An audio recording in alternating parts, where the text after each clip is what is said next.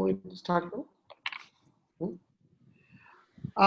Very good evening, JCF family, our friends, doctors, and people from all over the globe. Today we are here with our 12th episode of Hum Tum with famous Daga family, doctors family from Nagpur. Just for the viewers' sake, हम लोग ये हम तुम का programme पिछले करीबन 5 महीने से कर रहे हैं। उससे पहले भी जेसीएफ कई प्रोग्राम्स कर चुका है, जिसमें गुलजार साहब का प्रोग्राम है और भी कई सारे प्रोग्राम प्रैक्टिकली एवरी मंथ हम लोग जयपुर को देते रहे हैं। इस साल के जो प्रोग्राम्स हम तुम के हमने ये सीरीज जो शुरू की थी, उसके हम तुम 1 में हमारे अमीश त्रिपाठी थे, वर्ल्ड फेमस राइटर। हम तुम 2 में राजीव अरोड़ा जी हमारे चेयरपर्सन भी हैं और आम्रपाली जो फेमस वर्ल्ड फेमस ब्रांड है उसके सीएमडी हैं। So he was speaking as a brand ambassador, brand owner of Amrapali, and with him was R.K. Jain, our famous labor consultant. The third Hum Tum series was of Dr. Sunil Shroff, the man behind the organ donation in India, and who is closely associated with JCF. We have got MFJCF, where we are doing organ donation work, about which Rajiv ji will tell you in a detail. Then we came in the Hum Tum 4 with Mr. Prasoon Pandey, king of advertisement world. In the series of Hum Tum 5, we had Raghavendra Rathore, the celebrated Indian fashion designer. And the 6th series was with Anand Sharma, famous commerce minister, former commerce minister of India. The Hum Tum 7 was with Hema ji, our dream girl. And the Hum Tum 8 was with the Bollywood famous hero Govinda. In the series of Hum Tum 9, we had Dr. Shashi Tharoor, world-renowned author and politician. The Hum Tum 10 was with Padma Vibhushan Dr. R. Chidambaram, world-famous nuclear scientist. Hum Tum 11 was with the divine soul, noble soul, my Guru, Sister Shivani. And today we are here with the Hum Tum 12 with Dr. Manmohan Daga, Dr. Shobha Daga, and Dr. Akshay Daga. More about Hum Tum 12, I hand over and I request our chairman, Shri Rajiv Arora, to please come and tell us more about JCF and introduce the Daga family of Nagpur to all our viewers. Thank you, Rajiv ji. Please. Thank you, जादू साहब। सभी दोस्तों, साथियों जो participants हैं, आप सबका इस शाम को बहुत स्वागत है, अभिनंदन है।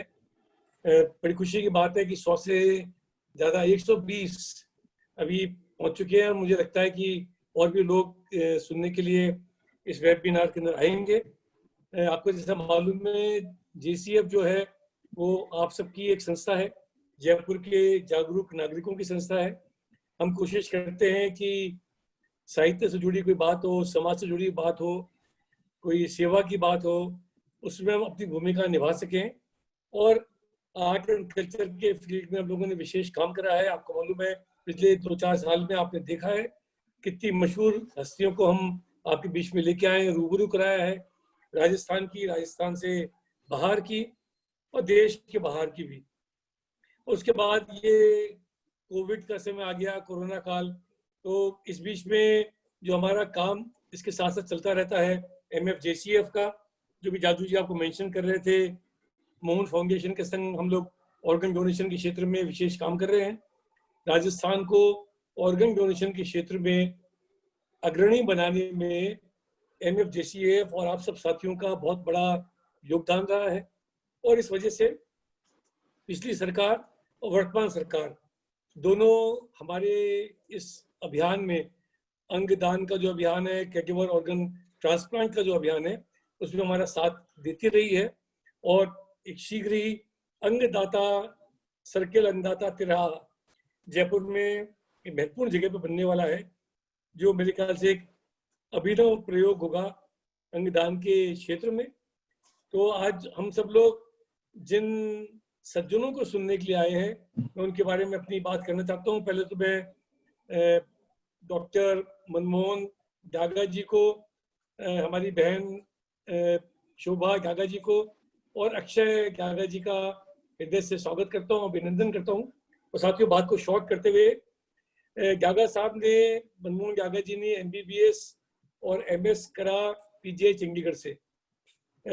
लंबे समय तक गोल्ड मेडलिस्ट रहे। पिछले 40 वर्षों से आप प्रैक्टिस कर रहे हैं, न्यूबॉर्न बच्चों से लेके जब तक बड़े बच्चे बड़े होते हैं तब तक।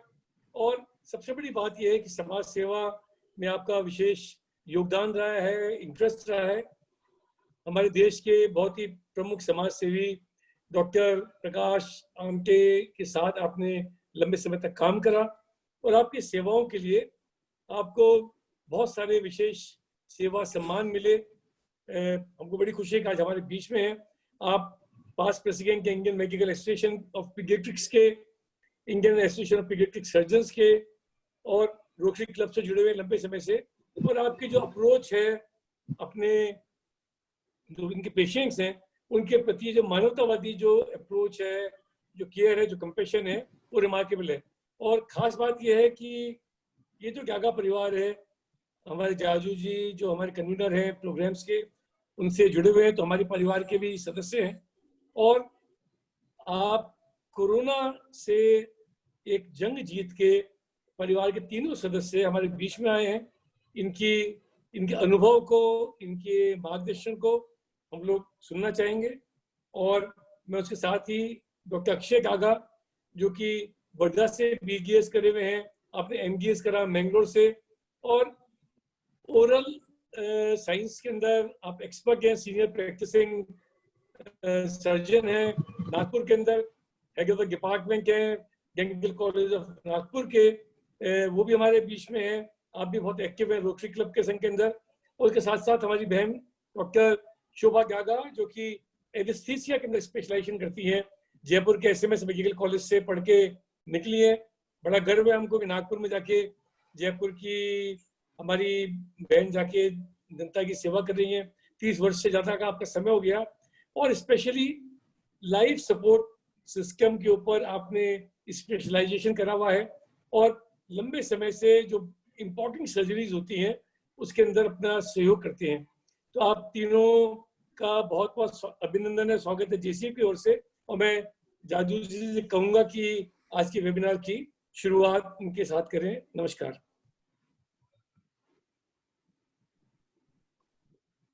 Thank you very much Rajeev ji. आज ये प्रोग्राम रखने का एक विशेष thank you very much Rajeev ji. आज ये प्रोग्राम रखने का एक विशेष उद्देश्य था कि जयपुर में इस वक्त स्थितियां बहुत गंभीर हैं। पूरे देश में हालांकि हम जानते हैं स्थितियां बहुत गंभीर हैं, बट जयपुर में, क्योंकि जयपुर से हम लोग जुड़े हुए हैं, तो जयपुर को हम सुबह शाम देख पाते हैं।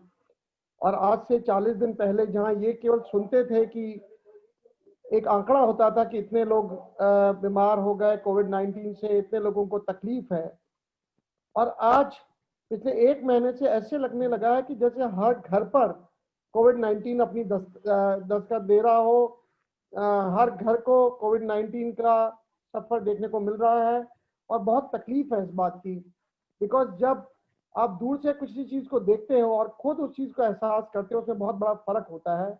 और आज हम सभी लोग जो ये प्रोग्राम देख रहे हैं, उसमें तो मेरे ख्याल से ज्यादातर लोगों को ये मालूम होगा कि किसी के जानने वाले 20 जने, किसी के 50 जने, किसी के 100 जने या तो कोविड-19 से ग्रस्त हैं, कुछ हॉस्पिटल में तकलीफ में हैं, और कुछ ICUs में हैं। अनफॉर्चुनेटली कुछ नोन लोग हैं जो इस दुनिया को छोड़ गए। ऐसे समय में जब हम सभी लोग इस तकलीफ से बहुत बुरी तरह से घिरे हुए हैं, एक परिवार नागपुर का जो यहाँ आपके सामने है, फॉर्चुनेटली मेरे जियाजी हैं, मेरी सिस्टर हैं और मेरा भतीजा है।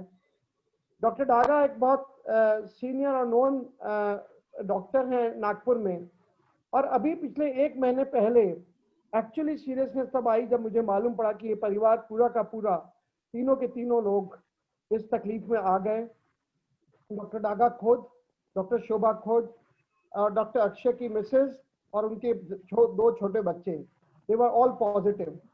और उनका पॉजिटिव आना जैसे कि एक बहुत मुश्किल में था, क्योंकि बहुत सारे पेशेंट्स थे जो रोज इनसे राय लिया करते थे, इनको दिखाया करते थे। नागपुर के अंदर बहुत बड़ा नाम है, तो सभी लोग तकलीफ में थे। और हम लोग तो जब भी कोई छोटी बात होती थी तो आप लोगों से ही राय करके सब कुछ यहाँ पे मेडिकल में अपने लिए किया करते थे। बिकॉज हर बार आप कहीं जाओ से घर के डॉक्टर्स होते तो आप उनसे ज्यादा अच्छे से राय ले पाते हो, बट अनफॉर्चुनेटली आप लोग तीनों इस तकलीफ से घिर गए। तो मैं आज सभी की तरफ से ये जानना चाहता हूँ, डॉक्टर डागा से, डॉक्टर शोभा से और डॉक्टर अक्षय से, कि ये समय जो पिछले 1 महीने का आप लोगों ने तकलीफ में निकाला, specially to start with doctor Daga, कि डॉक्टर डागा साहब, आपने जो पिछला 1 महीना निकाला है, ये इसके बारे में आप थोड़ा बताएं कि कैसे हुआ, क्या हुआ आपका ये पिछले 1 महीने का सफर, जो मुझे मालूम है कितना मुश्किल से निकला। और एक समय बीच में ऐसा आया था when you were really really serious, और हम सभी लोग बहुत घबरा गए थे, क्योंकि हमें मालूम पड़ा कि आप बहुत क्रिटिकल हैं। और सभी लोगों ने बहुत भगवान से प्रार्थना की, आपके पेशेंट्स ने बरसों से, हजारों लाखों में आपके पेशेंट्स हैं, आपके जानने वाले, सभी के लिए आप बहुत दयालु और बहुत प्रिय हैं। तो सबने बहुत प्रेयर्स की, और मेरे को लगता है उन प्रेयर्स का नतीजा है कि आज हम आपके आपके अच्छे कारणों के कारण से हम आपको देख पा रहे हैं यहाँ पे। तो आपका एक्सपीरियंस सुनना चाहेंगे प्लीज, डॉक्टर मनमोहन डागा। नमस्कार, बहुत बहुत शुक्रिया ये मौका मुझे देने के लिए कि मैं किसी के काम आ सकूं। मैं ये कोई वेबिनार टेक्निकल या मेडिकल लाइन पे नहीं ले जाना चाहता हूं, परंतु ये जो वेबिनार है, इसके द्वारा मैं सबको आगाह करना चाहता हूं, अवेयर करना चाहता हूं कि अपने को क्या करना चाहिए, क्या नहीं होना चाहिए, क्या हो सकता है। सबसे पहले मैं आपको वो 10 बातें जो सिस्टर शिवानी ने पिछले बार कही थी, वो आपको याद दिलाना चाहता हूँ। और इसमें जो पहले 3-4 बातों में, that I am a powerful soul, that I have got full power and I should be fearless, this is the most important factor. डर और भय से मरने के बजाय भयकांड से मर जाते हैं, तो भय सबसे खराब चीज है। आज स्थिति बहुत गंभीर है, बहुत नाजुक है, और हर दूसरा प्राणी इससे लगा हुआ है। ऐसे मौके पे अपने को सबसे पहले अपने मन से डर निकालना है और इससे लड़ना है। But removing fear does not mean that removing a guard. आप अपने को फुल्ली गार्डेड रहें, ये सबसे इंपॉर्टेंट पॉइंट अभी मैं आज कहना चाहूंगा। आप डर निकाल सकते हैं, काम कर सकते हैं, सब कुछ कर सकते हैं, परंतु अपने गार्ड्स डाउन नहीं कर सकते। Guards are the most important factor. आज अगर अपने को वापस अपने को लाइन पे लाना है, समाज में जाना है, समाज चलाना है, तो ये सबसे जरूरी है। और यहाँ से शुरू करते हुए मैं आपको कुछ शुरुआत की बातें बताता हूँ। मुझे मौसम बदलने के ऊपर अक्सर बुखार कभी आ जाता है, साल में 1 या 2 बार, और वो साइनसिस की तकलीफ हो सकती है या कुछ और तकलीफ भी हो जाती है, परंतु हर समय एक ही चीज होना ये जरूरी नहीं है। पहले दिन मुझे काफी ठंडी लग के बुखार आया, सवेरे भी आया, शाम को आया, पूरा शरीर टूट रहा था, और मुझे बुखार बहुत ज्यादा नहीं गया, 100 से ऊपर, 100.6 से ज्यादा नहीं गया, पर शरीर टूट रहा था, पूरा अकड़ गया था। ठंडी लग के बुखार था, शरीर अकड़ गया था, मुझे लगा मेरे साइनसेस भड़क गए हैं, तो हो सकता है। परंतु जिस दिन बुखार आया, उस दिन मैंने और पहले मेरी पत्नी शोभा को बुखार आया था, हम लोग ने दोनों ने अपने को एक कमरे में आइसोलेट कर दिया। कारण ये था कि घर के अंदर और सदस्य थे, और मेरी माँ जो 80 साल की हो गई हैं, और हमारे एक परिवार की सदस्य जो कि 80 साल की हैं, ऐसे 2 लोग भी थे जो कि हाईली इन्फेक्शियस होने के कारण से और रिस्की कारण में रहते थे। इसलिए हम लोग ने पहले दिन, जिस दिन एक दिन बुखार आया, हमने अपने आप को आइसोलेट कर दिया अपने कमरे में, और खाना भी अंदर, रहना भी अंदर, जो भी करना था हम उसे कर रहे हैं। ऐसी सिचुएशन के अंदर मुझे लगा कि सवेरे बुखार आया है, दवाई शुरू करते हैं, एंटीबायोटिक ले लेते हैं, परंतु शाम तक फिर बुखार आया और जब दूसरे दिन सवेरे बुखार आया तो हमने हमारा कोरोना टेस्ट करवा दिया। कोरोना टेस्ट में एक सिंपल बात आपको समझा दूं कि simple corona test, antigen test आपको मिसगाइड कर सकता है, क्योंकि एंटीजन टेस्ट कभी पॉजिटिव आता है, बहुत बार नेगेटिव आता है। 40% करेक्ट रहता है, 60% नहीं रहता। तो हमने शुरुआत में ही कोई एंटीजन टेस्ट नहीं करवा करके आरटीपीसीआर करवाया। आरटीपीसीआर का रिजल्ट कम से कम 8 घंटे 7-8 घंटे लगते हैं और 7-8 घंटे लगने के बीच में हमने ऑलरेडी अपनी दवाइयाँ शुरू कर दी थी। और अपनी दवाइयाँ शुरू करने के ऊपर सादी दवाइयाँ जो रहती है, कोई कोरोना की दवाई नहीं थी, सादी दवाइयाँ थी। जब तक कि वो पॉजिटिव नहीं आता तब तक आप कोई फ्लू की दवाई या बाकी दवाई नहीं लेना चाहिए। तो हमने हमारी जो विटामिन सी की, जिंक की और बाकी जो चीज़ें थी, वो आइवरमेक्टिन, वो हमने शुरू कर दी। दूसरे दिन सवेरे हमें ये पता चला कि मुझे और मेरी पत्नी दोनों को ही पॉजिटिव है और हम लोग इन्फेक्शियस ग्रेड में हैं। दैट मीन्स कि हमारा जो आरटीपीसीआर का सीटी स्कोर था वो 15-16 था, तो हम लोग इन्फेक्शियस ग्रेड में हैं, हम इन्फेक्शन दे सकते हैं और हमारे ऊपर वायरल लोड काफी बड़ा आया हुआ है। ऐसी सिचुएशन में एक सिंपल बात बता दूं कि सबसे पहले जो कोविड में थोड़ा सा माहिर हो, ऐसे अपने एक मित्र कोई कोविड में माहिर हो, ऐसे एक डॉक्टर को आप सलाहकार बन के शुरुआत से ही रखें तो बहुत अच्छा रहेगा, क्योंकि उनकी सलाह के ऊपर हम कदम कदम पर भी चलते रहे। शुरुआत में हमने, क्योंकि हमारा थोड़ा आरटीपीसीआर में स्कोर 15-16 था, इसलिए हमने हमारे सारे ब्लड टेस्ट करवा लिए और उनके कहने के ऊपर हमने टेस्ट सीटी करवा लिया दूसरे ही दिन जब हमारे पास हाथ में रिजल्ट आया तब। और दूसरे दिन हमने रिजल्ट आने के बाद में देखा कि हमारे चेस्ट एक्सरे के अंदर, मेरी वाइफ की तो ठीक था, पर मेरे चेस्ट एक्सरे के अंदर निमोनिया का पैच था और ब्लड तो नॉर्मल था, विशेष नहीं था। ऐसे मौके पे हमने शुरुआत से ही 3 काम करने शुरू किए। सबसे पहले टेम्परेचर रिकॉर्ड रखना, दूसरा अपना SpO2 का मेजरमेंट करना। ये हर 2 घंटे में भी कर सकते हैं, टेम्परेचर रिकॉर्ड दिन में 3 से 4 बार कर सकते हैं। अपना SpO2 का मेजरमेंट बहुत ज़रूरी होता है, जिसमें कि आपका अगर ऑक्सीजन लेवल कम हो जाता है तो आपको तकलीफ होती है। अब मैं आपको ये सिंपल बात बताता हूँ कि ये तो हमें था, मुझे खांसी भी नहीं थी, मुझे ब्रेथलेसनेस नहीं था और खाली शरीर में दर्द था, ठंडी लग के बुखार था। परंतु ये खाली एक सिम्टम नहीं है, इसमें 4-5 प्रकार के कॉम्प्लेक्सेस हैं। एक, सर्दी, खांसी, बुखार, और खांसी नॉर्मली सूखी होती है। दूसरा, शरीर का टूटना, बहुत हल्का बुखार आता है, 99-100 आता है और पूरा शरीर टूटता है, आपको तकलीफ होती है, आप उठना नहीं चाहते। तीसरा, कभी कभी ये भी सिम्टम है कि आपको गैस्ट्रोएंटराइटिस जैसा उल्टी और लैट्रिन का प्रॉब्लम हो, और ऐसी सिचुएशन के अंदर ये भी कोरोना का एक लक्षण हो सकता है। और चौथी चीज ये है कि अगर सिंपल थोड़ा हो, तो जैसे मेरी बहू को एक जो हुआ था, वो स्वाद और स्मेल के लिए और टेस्ट के लिए वो उनका बंद हो गया। अब वो कोई लेवल तक बंद हो सकता, पर स्मेल और टेस्ट बंद हुआ। हल्का हल्का हरारत थी, थोड़ी सी सर्दी थी।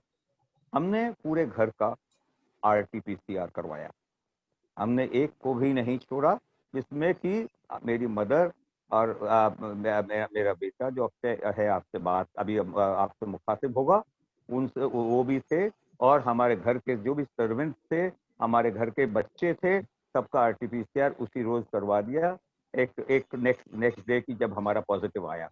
ऐसी सिचुएशन के अंदर हमको ये पता करना था कि हम खाली 2 ही हैं या हमारे से और को भी लगता है। सिचुएशन ऐसी थी कि आप ये जो इन्फेक्शन है, ये 2 रोज पहले आ सकता है, और आप 2 रोज पहले, आपको बुखार आने के पहले 2 रोज पहले से भी आप इन्फेक्शस हो सकते हो, दूसरे को बीमारी दे सकते हो, दूसरे को बीमारी लगा सकते हो। तो ये हमारा एक ये था कि हमें पूरे घर को सेफ रखना है और ये करना है। हमने अपने आप लोग को तो दोनों को ये कर दिया। एक रोज के बाद में हमें ये पता चला कि मेरी बहू, मेरा और मेरे दोनों ग्रैंड चिल्ड्रन और हमारे 2 सर्वेंट्स, ये चारों लोगों को पॉजिटिव था। पर लकीली इनके अंदर बहुत ज्यादा इन्फेक्टिविटी की बात नहीं थी।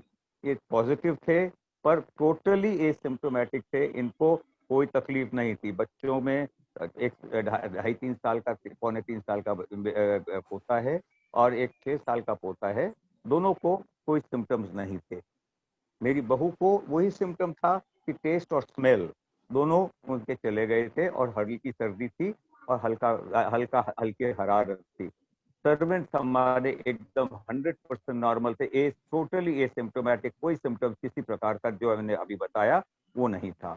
ऐसी सिचुएशन के अंदर हमने ये सोचा, क्योंकि मेरी मदर और मेरी जो दूसरी बुजुर्ग महिला है हमारे घर में, उनको हमने ये कर दिया। अच्छा, मेरा बेटा जो मैक्सिलोफेशियल सर्जन है, मेरी वाइफ का और मेरे बेटे का काम ही यह है कि हमको रोज पेशेंट से मिलना होता है। हमको we are the most vulnerable people, क्योंकि प्रोफेशनल और वोकेशनल हैजर्ड है हमारा, इसलिए हम कहीं से भी ला सकते थे। तो मेरा बेटा फॉर्चुनेटली नेगेटिव था, मेरी मदर नेगेटिव थी और मेरी जो बुजुर्ग महिला हमारे साथ में हैं हमारे परिवार की, वो नेगेटिव थी। तो हमने एक काम किया, क्योंकि बाकी सब पॉजिटिव थे, इसलिए इन दोनों को दोनों को हमने क्वारंटाइन, इन तीनों को हमने क्वारंटाइन कर दिया और हम शेर के समान घूमते रहे। इनको नहीं होता रहा। परंतु ऐसा है, यहाँ से शुरुआत होती है कि आपको क्या क्या देखना है, हमने क्या क्या देखा और कब हमने किया। मैं एक Covid consultant intensive care unit के साथ में था, प्लस मेरी वाइफ खुद इंटेंसिविस्ट है, तो ये भी पूरा समझती थी। तो और हमको काफी कुछ हद तक डॉक्टर होने के नाते हमारे को इसके बारे में मालूम था। ऐसी सिचुएशन के अंदर हम हमारा मॉनिटरिंग करते थे, और जो कि बहुत जरूरी है और हर इंसान ने करना चाहिए। आप अगर एसिम्प्टोमेटिक भी हो और आप अगर तकलीफ में थोड़े बहुत में हो, तो भी अपने आप को मॉनिटरिंग करना चाहिए।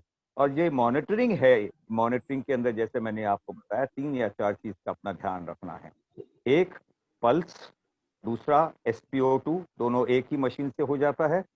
थर्मोमीटर से आपको आपका टेम्परेचर देखना है, और अगर खुदा न खास्ता आप कर सकें तो बहुत अच्छा है। आजकल डिजिटल BP मशीन आने लग गए हैं, तो डिजिटल अपना BP लेकर के अपना रिकॉर्ड कीजिए और दिन में 3, 4, 5 बार आप कर सकते हैं। लगे आपने को याद नहीं रहता, एक चार्ट बना दीजिए, समय लिखिए, उसके सामने ये सब लिखते जाइए। इसमें सिचुएशन ऐसी है कि अगर टेम्परेचर बार बार आता है, अगर आपका SpO2 94 से नीचे जाता है, और अगर आप वापस सिम्टम्स बढ़ते हैं, तो तुरंत, या आपकी पल्स रेट भी बढ़ जाती है। पल्स रेट भी अगर ज्यादा बढ़ जाए तो ये 3-4 चीजों का ध्यान रखना पड़ता है। तो नॉर्मल पल्स आपको मालूम है, आपका नॉर्मल SpO2 मालूम अगर होता है तो आप डे 1 से ले रहे हैं, तो आपको आइडिया आ जाती है। दूसरी बात यह है कि अगर 94 से नीचे पल्स SpO2 जाता है, ये सबसे इम्पोर्टेंट निशानी है कि हमें एक्शन लेना है। या तो 94 से नीचे जाता है। दूसरा एक टेस्ट है जो SpO2 के लिए करना चाहिए, जिसको भी पॉजिटिव आए, वो उसको कहते हैं 6 मिनट वॉक टेस्ट। ये 6 मिनट वॉक टेस्ट हम करते थे।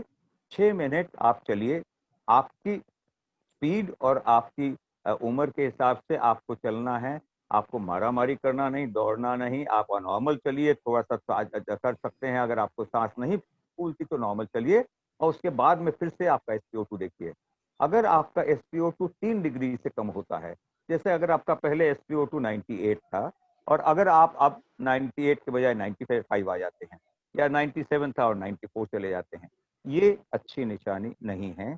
अपने डॉक्टर से बात करके उसको समझाना चाहिए। मेरा और मेरी पत्नी का कभी भी ये नीचे नहीं गया, और कभी भी ये 97-98 के बिना नहीं गया। मेरी पल्स रेट 60 से नीचे, 60-70 से ऊपर नहीं गई, और मेरा ब्लड प्रेशर सही था। टेम्परेचर मुझे आ रहा था, पर बीच में 2 रोज के लिए फिर टेम्परेचर, 2-3 रोज के लिए फिर टेम्परेचर बंद हो गया। तो मुझे लगा चलिए ठीक है। परंतु मेरे डॉक्टर ने 2 रोज में बाद, 1 रोज बाद, 2 रोज के बाद में कोविड की दवाई जो आती है फैबी फ्लू, वो शुरू कर दी थी।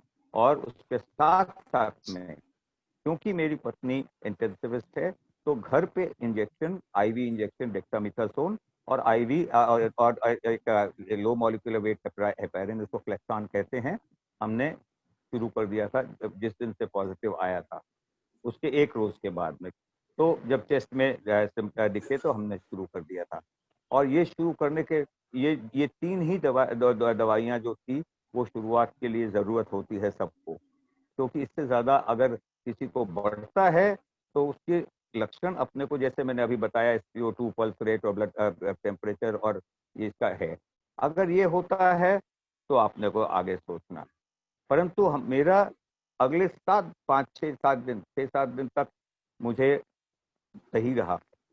फिर मुझे वापस ठंड लग के बुखार आया, और ठंड लग के बुखार आने के बाद में डॉक्टर ने कहा, देखिए आपकी उम्र 65 साल से ऊपर है, 60 साल से ऊपर है, आप 60 साल से ऊपर हैं, परंतु आपके कोई भी बीमारी नहीं, मैं कोई भी दवाई नहीं लेता था, ना मुझे शुगर है, ना ब्लड प्रेशर है, ना कैंसर था, ना हार्ट प्रॉब्लम था, मैं कोई भी दवाई पहले नहीं लेता था। उसके बावजूद आपकी उम्र थोड़ी सी बड़ी है, आप रिस्क में फैक्टर में आते हैं, हमें कोई रिस्क नहीं लेना। मेरी राय रहेगी आप एडमिट हो जाइए और भर्ती होने के लिए आप हॉस्पिटल आ जाइए। इससे पहले मैं आपको बता दूं कि ये जो चीज़ें हैं, जो बीमारियां हैं, इसको हम मॉर्बिड कंडीशंस कहते हैं। अगर किसी को भी डायबिटीज़ है या ब्लड प्रेशर है या हार्ट रेट गड़बड़ है या और कुछ है, अब सबसे ज़्यादा लंग की बीमारी, अस्थमा या एलर्जी, ये ऐसी चीज़ें हो, क्योंकि लंग कॉम्प्रोमाइज हो जाता है, और सबसे बड़ा यहाँ पे दुश्मन अपना फेफड़ा है, अपने लंग्स है, क्योंकि वहाँ पर ऑक्सीजन नहीं जाता और वहाँ से ही सारे वेंटिलेटर और ये सब लग जाते हैं। ऐसी सिचुएशन के अंदर, अच्छा, ऐसी सिचुएशन के लिए हम लोग पहले से बहुत हेल्दी डाइट पे थे। रोज सवेरे शाम हम लोग कम से कम 4 किलोमीटर चलते थे, योगा और प्राणायाम करते थे, और हमारे डाइट और इसके कारण से हमारे फेफड़े और हमारे बाकी चीज़ें बहुत मजबूत थी। यही जो आदत थी हमारी पिछले 20 वर्षों से, उसने मुझे ये इतना समय दे दिया कि मैं अपने आप को संभाल सकूं। वरना अगर आपके फेफड़े आपके साथ नहीं होते हैं, आपके शरीर को योगा और प्राणायाम की आदत नहीं है, या आपकी डाइट अनहेल्दी है, या आप स्मोकिंग करते हैं या ड्रिंकिंग करते हैं, तो ये सब चीज़ आपके लिवर के ऊपर या बाकी सब तरह से परेशानी दे सकती है। वहां पे होने के बाद में इतना ईश्वर कृपा थी कि मेरी तबीयत बुखार का उसके कारण से थी, परंतु फिर भी मेरा पल्स रेट और मेरे SpO2 नहीं गिरा, क्योंकि मेरी आदत पहले से थी कि मैं ये सब करता रहता था। मुझे हॉस्पिटल में एडमिट कर दिया गया, एक एहतियात के रूप में और एक तकलीफ मॉनिटर करने के लिए किए, क्योंकि घर के ऊपर इससे ज़्यादा मॉनिटरिंग और इससे ज़्यादा इंजेक्शन नहीं दे सकते। इसके आगे के जो इंजेक्शन हैं और आगे की जो क्रिया है, वो सिर्फ अस्पताल में ही होती है, क्योंकि उसके रिएक्शंस भी होते हैं और उसके साइड इफेक्ट्स भी होते हैं। तो ये सब उनके निगरानी में ही करना होता है, और निगरानी में करने के कारण से ही ये सब वहाँ पर आपको देखा जाता है। हॉस्पिटल में एडमिट करने के लिए, सच्ची बात कहूँ, आप अछूत हो। वहाँ पर सब के सब मास्क पहने हैं, आप खुले हो, परंतु आपके पास कोई नहीं आता। आप अकेले रहते हैं, आपके पास समय समय से आते हैं और कमरे को साफ कर देंगे, आपको ध्यान कर लेंगे, आपका SpO2 ले लेंगे, ब्लड ले लेंगे, बाकी चाहिए PPE किट पहन करके पूरे सैनिटाइजेशन के हिसाब से। परंतु सारा का सारा मामला आपके ब्लड रिपोर्ट के ऊपर और आपके SpO2 के ऊपर और टेम्परेचर के ऊपर काफी निर्भर रहता है।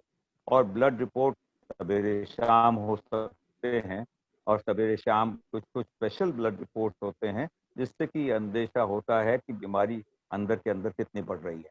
एक अकेलापन महसूस जरूर होता है, परंतु वो ऐसे मौके के ऊपर वो अकेलापन कोई आप वहां पे कुछ ले जा नहीं सकते, कुछ ला नहीं सकते। सिर्फ आप अपना मोबाइल या हो सकता है आईपैड ले जा सकते हैं, या खुदा न खास्ता आपको एक किताब दे दे, आपको वहां पे कोई भी चीज अंदर ना ले जा सकते हैं। और अगर आपने अंदर लेके गए तो वो बाहर नहीं ला सकते, क्योंकि आप उसको ये आप एक पूरे कोर ग्रुप में हो, आप कोर हॉस्पिटल में हो, जहाँ की सबसे सबको कोरोना है, किसी को कितना है, किसी को कितना है, और वो आप बाहर समाज में वापस फैला नहीं सकते। ऐसी सिचुएशन के अंदर डॉक्टर का मॉनिटरिंग, हॉस्पिटल का मॉनिटरिंग बहुत जरूरी है। मुझे पूरे पीरियड के अंदर कभी भी ऑक्सीजन नहीं लगा, इसके बावजूद मेरी कंडीशन बहुत सीरियस हो गई थी, और उसके अनेक कारण हैं, अनेक वो कारण जो आपको बता सकता हूँ क्यों इतना हेल्दी होने के बावजूद क्यों कारण होता है। कभी कभी ये बीमारी जो है उससे लड़ने की शक्ति आपके पास ज्यादा हो जाती है, और ऐसे मौके के ऊपर एक कहते हैं साइटोकाइन स्टॉर्म, वो उस चीज का अंदेशा हो जाता है। अगर आपके अंदर बहुत अच्छी शक्ति है, इम्यूनिटी है ज्यादा, तो आपका शरीर ये सारे बैक्टीरिया वायरस को निकालने की कोशिश करता है, और इतनी तो तेजी से काम करता है कि वो ये नहीं समझ पाता कि अपना वायरस कौन सा है और शरीर कौन सा है, और कभी कभी वो शरीर को डैमेज कर देता है। इस हद तक डैमेज करता है कि आपके लिवर, किडनी या हार्ट के ऊपर भी असर हो सकता है। तो ऐसी सिचुएशन सिर्फ अस्पताल में हैंडल की जा सकती है, अस्पताल में ही पता चलाया जा सकता है। टाइमली अपने को कंटिन्यूअस मॉनिटरिंग के साथ में, जिस समय डॉक्टर कहे कि ये टेस्ट करवाना है, जिस समय कहे कि आपको भर्ती होना है, दोबारा सोचना नहीं, प्लीज दोबारा सोचना नहीं। ये अपने लाइफ एंड डेथ का सवाल है, इसलिए अपने को स्पेशल केयर करके अपना ध्यान रखना जरूरी है।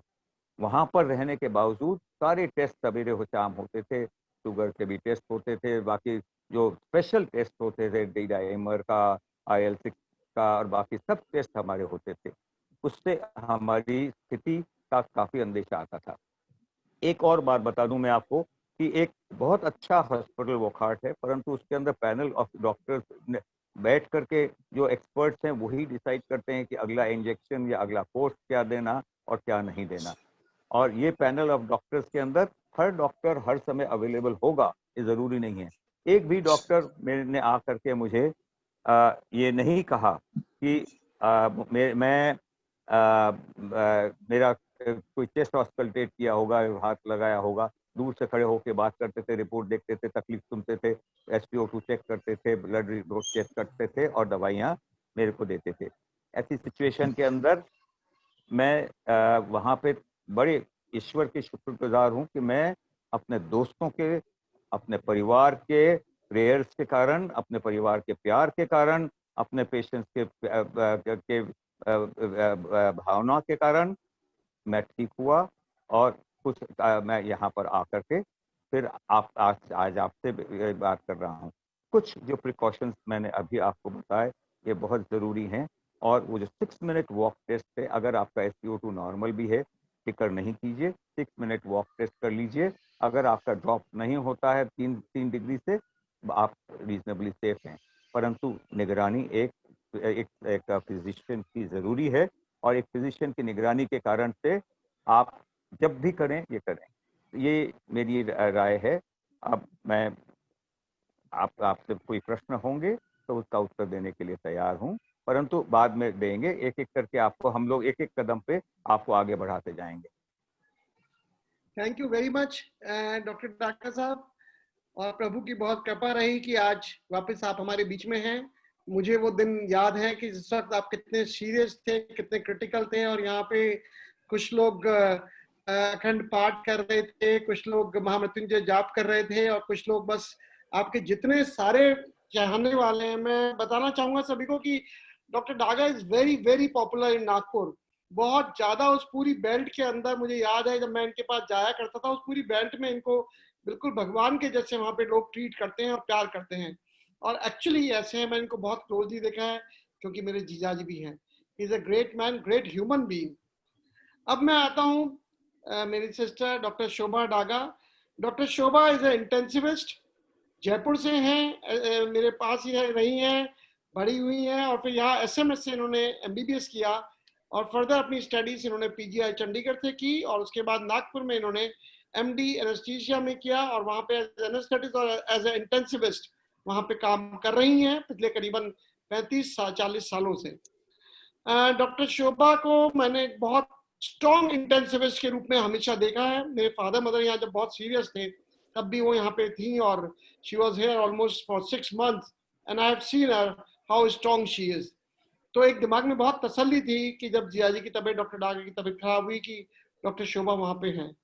तो मैं आपसे कुछ चीजें जानना चाहूंगा डॉक्टर शोभा, एक वाइफ के रूप में, एक मदर के रूप में, एक ग्रैंड मदर के रूप में, क्योंकि आपके दोनों जो ग्रैंड चिल्ड्रन थे वो भी पॉजिटिव आए थे, और एक इंटेंसिविस्ट के रूप में आप क्या क्या एक्सपीरियंस था। और आप हमें प्लीज बताएं कि 3 जगह मैं चाहूंगा कि नंबर 1 सबसे पहले कि हमको आज की डेट में जो इतना जबरदस्त तरीके से कोरोना फैल रहा है, कोई आदमी बच नहीं पा रहा, ऐसे में भी बचाव करने के लिए हमें क्या उपाय करने चाहिए।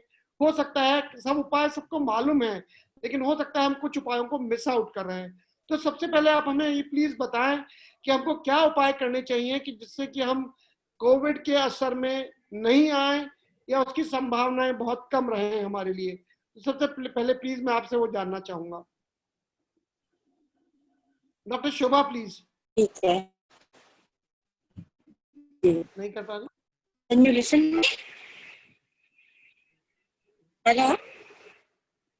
Hello? Can you listen me? या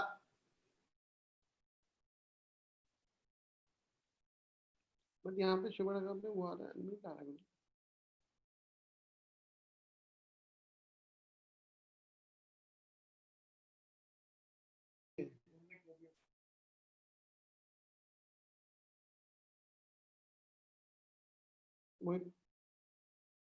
अनम्यूट करिए अपने आप को शोभा जी। Okay? या ओके ना? Hello? हाँ जी, अच्छा हाँ अब सुनाई दे रहा एक है। तो मैं ये हाँ ठीक है। एक तो व्हेन ही वाज एडमिटेड और अदरवाइज आल्सो हम लोग जब घर में थे तो हम लोग जो लोग जैसे my grandmother, my mother in law and Akshay जो थे उन लोग को they were quarantine and they are not, हम लोग के घर से उन लोग को खाना नहीं मिल सकता था, तो हमारा उन लोग का खाना बाहर से ही आता था, घर के बाहर रख दिया जाता था, अक्षय उठा के लाता था और दोनों रूम्स में दे देता था। प्लस हम लोग के यहाँ भी बिकॉज दोनों सर्वेंट्स बीमार थे, हम लोग सब बीमार थे, तो हमारा भी लकीली खाना सबका बाहर से ही आता था। हमारे क्लोज रिश्तेदार लोग हैं बहुत, तो उनके यहाँ से ही सब आता था, क्योंकि घर में खाली उन लोग का चावल दाल बेचारे नौकर बना सकते थे, otherwise it was not possible. And ये लोग जो क्वारंटाइन थे Akshay and my mother in law, वो तो घर का बना हुआ खाना खा ही नहीं सकते थे, उनको तो प्रॉपरली उनका तो खाना बाहर से ही आता था। वो कमरे में बंद थे, उनके कपड़े नहीं धोना, कपड़े कमरे में ही रहते थे, झाड़ू पोछा वही लोग करते थे, सब खाना उनका अलग ही रहता था and they could not enter the house. अच्छा, अभी मैं ये बताना चाहूंगी कि क्या क्या करना चाहिए फॉर द प्रिवेंशन कि आपको ये बीमारी नहीं हो। उसके लिए 2-4 चीजें तो हमेशा आपका आता ही रहता है कि अपन डिस्टेंसिंग रखें, मास्क पहन के रहें, डिस्टेंसिंग ऑफ एटलीस्ट 2 meters, और मास्क पहन के रहें हमेशा। मास्क मतलब नाक और मुंह दोनों कवर होने चाहिए, नॉट खाली फेशियल का नहीं, और 3 लेयर मास्क रहना चाहिए, और अपन को मास्क को छूते नहीं रहना चाहिए ऊपर से, और आईज हाथ मुंह को बार बार छूना नहीं चाहिए। एंड तीसरा, अपना हाथ फ्रिक्वेंटली धोते रहना चाहिए, हर थोड़ी, अगर अपन बाहर से आए हैं या खाना खाने के पहले या वैसे भी फ्रिक्वेंटली अपन को वॉश करना चाहिए। दूसरा, अपन को जैसे लिफ्ट में जा रहे हैं तो बटन को, रेलिंग को, इनको अवॉइड करना चाहिए टच करने के लिए। अगर टच करते हैं तो उसके बाद अपने को अपने हाथ सैनिटाइज करने चाहिए, या अपना कुछ भी चीज बाहर से लाते हैं तो उनको भी सैनिटाइज करना चाहिए। जहां तक हो अपने को घर में अपने मेड्स, जो अपनी छुट्टी मेड्स होती हैं, ड्राइवर है, जो 24 आवर्स के नहीं है, उनको बुलाने को अवॉइड करना चाहिए। और जो भी पार्सल वगैरह आता है उनको अपन को बाहर सैनिटाइज करके फिर अंदर लेना चाहिए। बहुत ही आप पोंछा भी लगवाते हैं तो उसमें हाइपोक्लोराइड सोल्यूशन डाल के लगवाइए, स्पेशली अभी जो एटमॉस्फेयर चल रहा है उसमें। अपनी सब्जियां फल आते हैं उनको अच्छे से धो करके उनमें थोड़ा, फिर उसके बाद उसमें नमक या सोडा डाल करके थोड़ी देर रखें, फिर निकाल के यूज करें, या फिर अगर आपके पास ओजोनाइजर है तो उससे आप क्लीन कर सकते हैं। और फिर आप अपना प्रॉपर ब्रीदिंग एक्सरसाइजेस करिए, योगा प्राणायाम करिए हमेशा, और थोड़ा आप उल्टा लेट के सोने की कोशिश करिए, इससे लंग कैपेसिटी बढ़ती है। एंड अगर आपको प्रॉब्लम आए तो उस समय वो बहुत हेल्प होगा। ब्रीदिंग एक्सरसाइज आप करिए ताकि योगा प्राणायाम करिए। और चौथी बात ये जरूरी है कि आपका खाना बहुत हेल्दी होना चाहिए, एकदम हेल्दी खाना खाइए, फ्रूट्स वेजिटेबल्स प्रोटीन्स बहुत रहने चाहिए, बिल्कुल जंक फूड नहीं खाइए, इसमें मैदा शुगर या जंक फूड रहता है, बाजार का खाना है वो मत खाइएगा। प्रॉपर हाइड्रेशन बहुत जरूरी है, पानी बहुत पीजिए जिससे टॉक्सिन जो है वो निकल जाए बाहर। और आपको 3-4 चीजें अपनी इम्यूनिटी बढ़ाने के लिए रेगुलरली लेनी चाहिए। विटामिन सी 1 ग्राम यानी 500 मिलीग्राम सुबह एंड शाम को, zinc 50 milligram, and vitamin D3 60 के once a week for 4 weeks आप ले सकते हैं। एंड रेगुलर आप कैल्शियम ले सकते हैं, कैल्शियम लेना चाहिए मतलब। और आपको चौथा है जो कि आप अपन चाहते हैं कि काढ़ा लें क्या, तो जो ये अपनी पुरानी आयुर्वेदिक चीजें हैं, जैसे अपना ये तुलसी है, हल्दी है, और अपना क्या क्या है, जो भी आप लेना चाहते हैं, बहुत सारी चीजें हैं, आंवला है, ड्राई फ्रूट्स है, गार्लिक है, जिंजर है, गिलोई है, मुनक्का, खजूर, ये सब आप ले सकते हैं, जो कि पुराने जमाने से लेते आए हैं और suppose to be very good Ayurvedic दवाइयां हैं ये सब। और चौथा, अपने को नेती करनी चाहिए, स्टीम लेनी चाहिए। नेती इज वेरी गुड, जिससे कि अपना नाक साफ हो जाता है, बिकॉज जो इसमें अपने कीटाणु जो वायरस एंटर करता है वो नाक, मुंह या आंखों से एंटर करता है। तो अपन नेती करने से अपना नोज अपना एकदम क्लियर रहता है। गार्गल्स करने चाहिए, स्टीम लेना चाहिए। तो ये सब चीजें अपन को अपने प्रिवेंशन के हिसाब से करते रहना चाहिए। और इसके सिवाय अपन को प्रॉपर वेंटिलेशन में रहना चाहिए, जहाँ प्रॉपर वेंटिलेशन हो रहा है वो ऐसे एरिया में रहना चाहिए। ये सब चीजों का अपन को प्रॉपर ध्यान रखना चाहिए। और जहाँ जिसको अगर कुछ कोविड पॉजिटिव के लोग के पास है तो एकदम डिस्टेंस रहना चाहिए, उस एरिया में अपन को बिल्कुल नहीं जाना चाहिए। एंड स्पेशली कौन से हाई रिस्क पेशेंट्स है जो उसको आपको बताया, ये अपने घर में आपको पल्स ऑक्सीमीटर, थर्मामीटर और डिजिटल बीपी मॉनिटरिंग, और आप डायबिटिक हैं तो आपको ग्लूकोज और डायबिटीज स्ट्रिप्स रखनी चाहिए। अच्छा, और जो फिर हाई रिस्क पेशेंट्स हैं, जैसे हार्ट कंडीशन है, बीपी है, डायबिटीज है, हार्ट डिजीज है, लंग डिजीज है, कैंसर है, जिनका किडनी या कुछ ट्रांसप्लांट हुआ है, ओबेसिटी है, स्मोकर्स हैं, तो ऐसे पेशेंट्स को आपको अगर आपके घर में है और आपको कोविड हो गया है, तो if you can shift them और you can properly quarantine them. और अगर आपको प्रैक्टिकल नहीं है कि आप उनको क्वारंटाइन करें तो आप उनको दूसरे घर में शिफ्ट कर सकते हैं अगर प्रैक्टिकल है तो, या फिर उनको प्रॉपरली क्वारंटाइन करें। ये हो गया। अभी आप क्या जानना चाहेंगे? अच्छा, दूसरा यही था इनका एडवांटेज, जब ये घर में हमने इनको रखा था थोड़ा टाइम, क्योंकि हम लोग थोड़ा मॉनिटर प्रॉपरली कर सकते थे। एंड जैसे शुरू में जब आई भी डेक्सोना और ये देना पड़ा, नहीं तो वैसे सबसे पहले 2 दिन नॉर्मली एजिथ्रोमाइसिन और एम्ब्रेटिन, एक्चुअली मैं मेडिकल के टर्म हम नहीं यूज करना चाहते, बिकॉज वो आप अपने डॉक्टर की सलाह से ही लीजिए, अपने आप से आप कुछ भी मत लीजिए, कभी भी कुछ भी चीज मत लीजिए।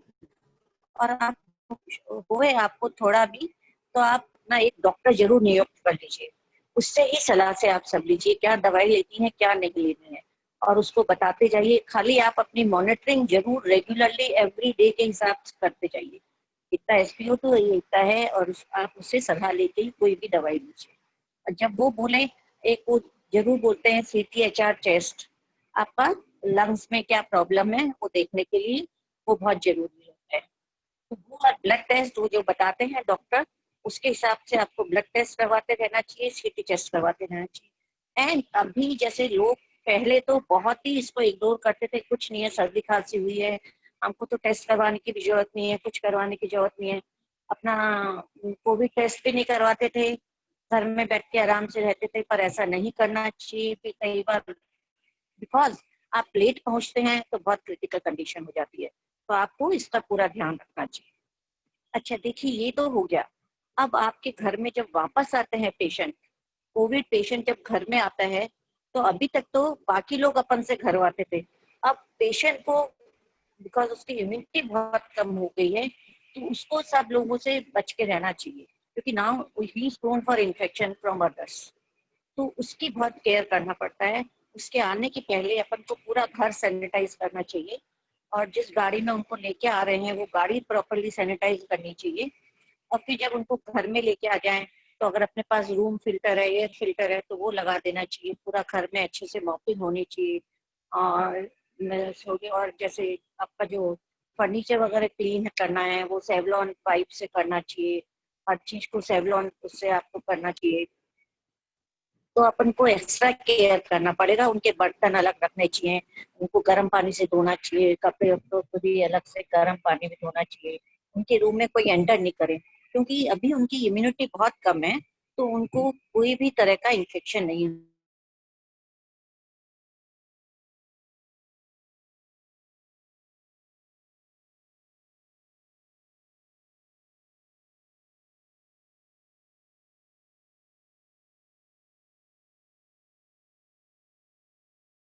उनकी ये सब चीजों को अपन को बराबर ध्यान रखना पड़ेगा, और कोई भी लोगों को उनके रूम में एंटर नहीं करने देंगे।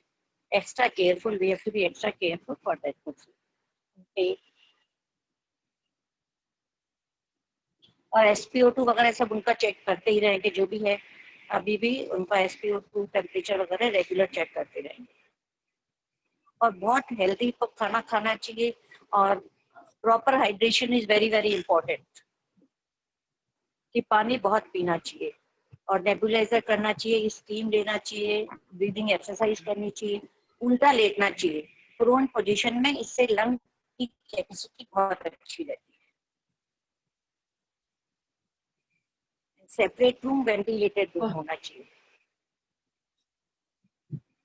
Thank you ji, thank you doctor Shobha, thank you very much. आपने बताया कि कैसे हमको पहले क्या ध्यान रखना चाहिए, क्या ध्यान हमको ड्यूरिंग रखना चाहिए, और क्या के बाद में रखना चाहिए। डॉक्टर अक्षय, मैं आपसे पूछना चाहूंगा, you were the only doctor in the family who was negative, बाकी दोनों पॉजिटिव थे। फैमिली में, घर में एक अलग माहौल हो रहा होगा, डेफिनेटली मैं समझ सकता हूँ। आपका क्या विचार है, कैसे आपने उस स्थिति को फेस किया, और as a normal person in the family हम लोगों को ऐसे समय पे क्या करना चाहिए? क्योंकि अभी तो हर घर में कोई ना कोई पॉजिटिव, कोई ना कोई मिलने वाले में पॉजिटिव, ये तो हर घर की कहानी हो चुकी है। So please tell us what precautions as a normal human being, जिसके घर में कोई 2 जना पॉजिटिव आ चुका है या इसके मिलने वाले पॉजिटिव आ चुके हैं, उसके लिए आप क्या राय देते हैं? उसके बाद में हम शुरू करेंगे question answer session. Over to Dr. Akshay Daga.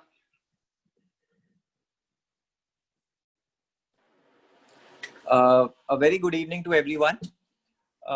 So my father and mother have told you basically about what he had gone through and what you should be doing. I, as a person, would like to communicate more about what I have gone through as an experience when I saw that the whole family is COVID positive. Now, it was a very harrowing experience. The only good point here was that we got ourselves tested early. We started our medications early, and we got my father especially admitted in time. We have had a lot of experiences where people have not got admitted in time, and the situation becomes so bad that even the doctors are unable to help. The mortality rate, death jisse hoti hai, is the most important and the most crucial condition is because we do not get admitted, we do not start our treatment in time, we do not get tested in time. That is the most crucial factor.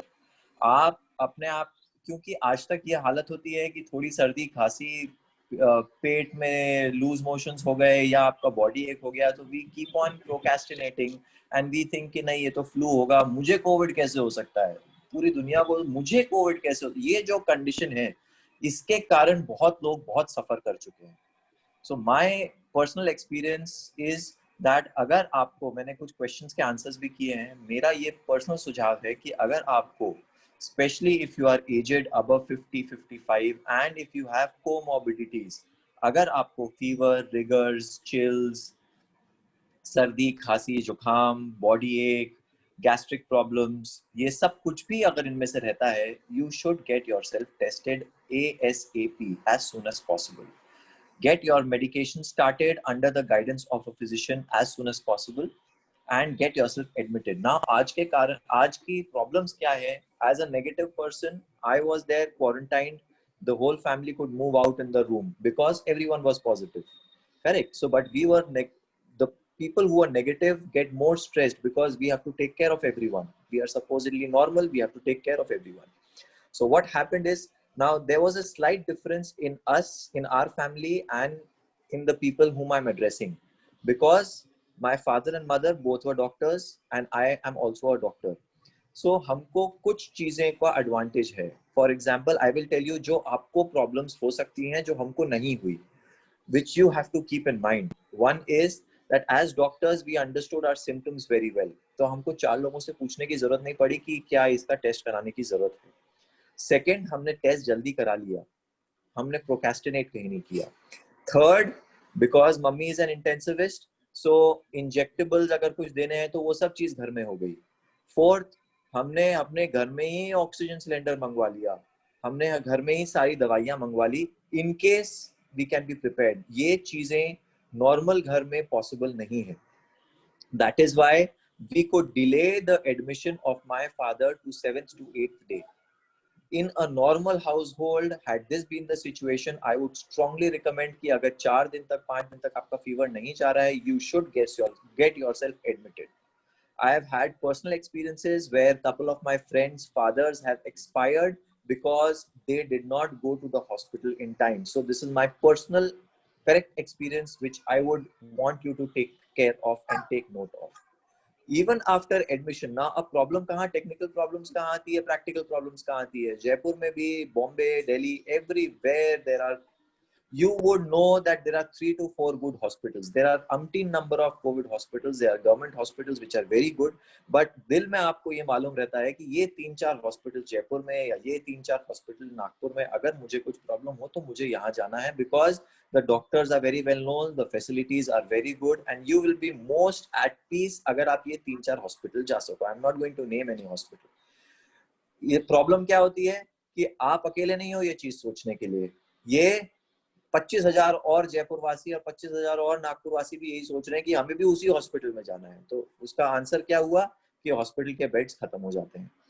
Always remember, जिस consultant से आप convey कर रहे हैं, as a senior doctor practicing for 40 years, we still had to wait for 1 day to get my father admitted. And the reason we got him admitted was primarily that a room was available. He did not have major symptoms, breathlessness, जैसे आपको पापा ने बताया कि ऐसी कोई एकदम emergency situation नहीं थी कि हमें एडमिट करना पड़ा. पर वहां का जो head doctor, head Covid specialist थे, उन्होंने भी हमको सलाह दी कि सर रूम अवेलेबल है आज की तारीख में, कल मुझे मालूम नहीं है, आपको कहीं और जाना पड़ सकता है, I will not be able to help you. अगर रूम अवेलेबल नहीं है तो आपको हो सकता है कि आईसीयू में एडमिट करना पड़े. नाउ आईसीयू में एडमिट करने के और भी प्रॉब्लम्स होते हैं. You can get cross infection from the hospital as well. So always preferable कि अगर आप एक रूम में एडमिट हो सके जहां आपको हॉस्पिटल acquired infection ना हो. तो the prime criteria, जब हमको ये मालूम पड़ा कि हमारा जो नंबर है वो आ गया है, we got my father admitted. The blood parameters were haywire. His symptoms were not haywire. His symptoms only with fever and rigors and chills.